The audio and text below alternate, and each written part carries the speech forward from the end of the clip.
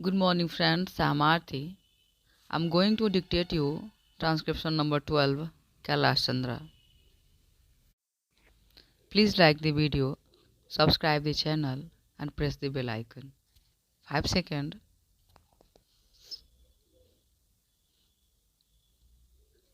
Start. I have no intention of giving a certificate about which my honorable friend Dr. Krishna Swami was talking some time ago. Since anything like a certificate being given by any member of the business community is likely to be misunderstood, but the fact remains that impartial observers, both here and abroad, have testified to the soundness and stability of our finances, which have successfully withstood severe stresses and strains of the changing economic factors, both national and international, and for this the fullest possible credit is due to the wise handling of the situation by our present finance minister. There have been criticisms on both sides.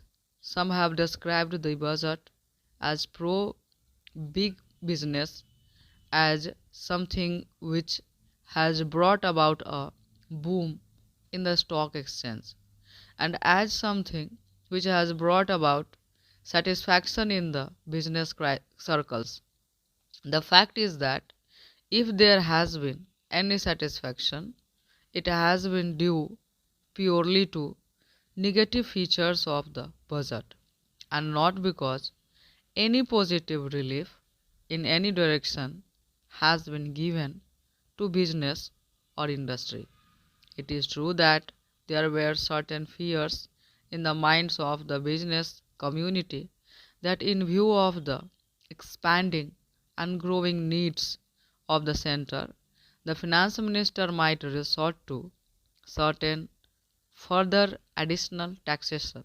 And since those fears were not realized, there has been some slight recovery in certain stock exchanges. But that does not in the last mean that whatever relief, the legitimate relief, was due to the business and industrial community has received any adequate response from the finance minister. We have got to face the fact that we are at present engaged in the process of development. People who talk about UK and USA conveniently forget that these are the most highly industrialized countries in the world, and our taxation system, so long as we are engaged in expanding and building our economy, must be adjusted and linked with the requirements of the expanding economy, and should not be compared with the high taxation levels that may be prevalent in UK and USA. Friends have talked about unemployment, but whether the raising of the direct taxation levels will in any way mitigate unemployment is a question that should be considered. If the finance minister gives substantial relief in direct taxation, I think that might lead to an acceleration in the pace of development.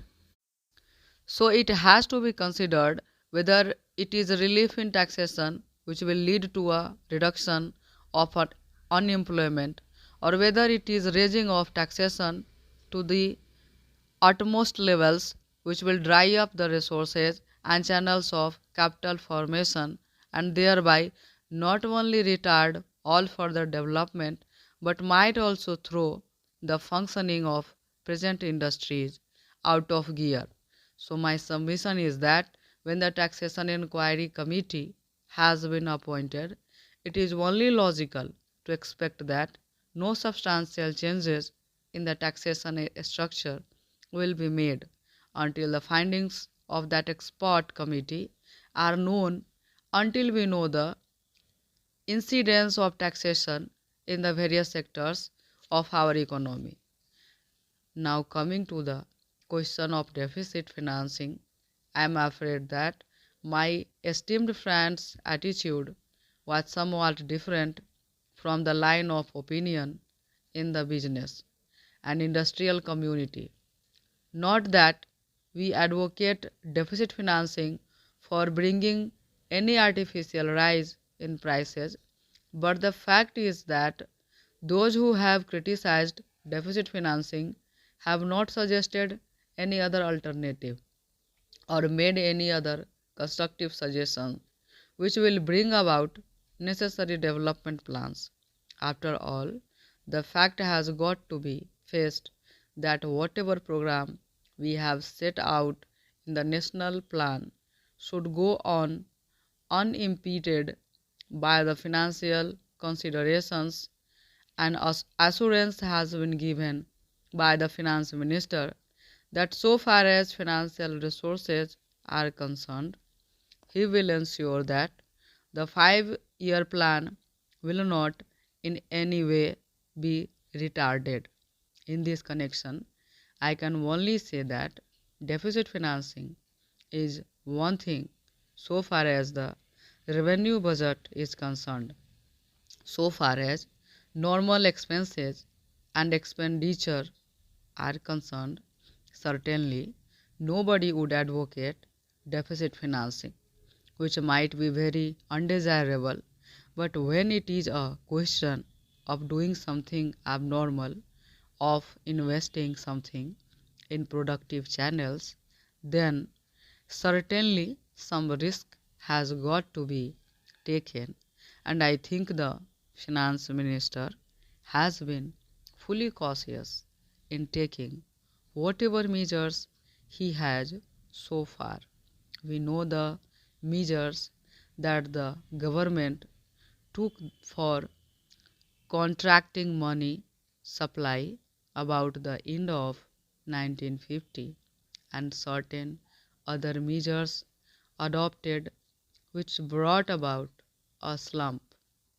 Also, from time to time, the finance minister did not hesitate to mop up the surplus, which, as the records would show, has been about Rs 300 crores during the past 4 or 5 years.